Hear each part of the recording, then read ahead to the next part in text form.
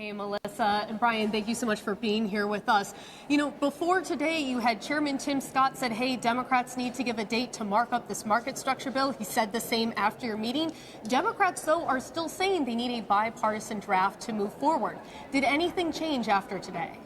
Yeah, well, we had great meetings with the Democrats in the Senate and on the Republican side today. And the good news is that there's strong bipartisan support and will to get this market structure legislation done. It's important for America, and the 50 million Americans who've used crypto want to see it get done.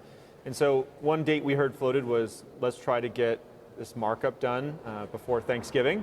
I think that there's 90% of the issues are already aligned on and agreed, and there's draft text going back and forth, a lot of great cross-functional collaboration happening.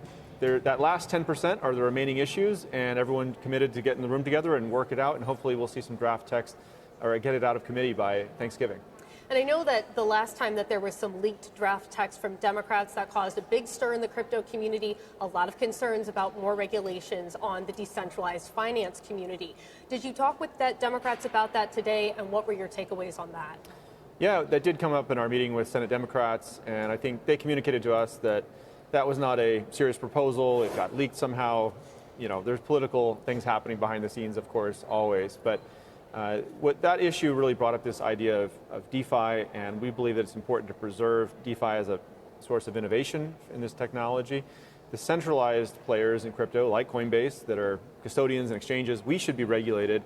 Don't regulate the protocols themselves. Those are something that's decentralized, kind of like how data is shared over the internet or the telephone networks. You know, you don't want to pull those things under financial services regulation. Just regulate the centralized intermediaries, and I think that was a productive conversation. So it does seem like there's some middle ground here. I mean, is there a sense that there does need to be a bipartisan draft before you actually move to the point where they're all in a room publicly marking up and voting on this legislation? Yeah, well, there's draft text being shared back and forth in both Senate Banking and Senate Ag at this point.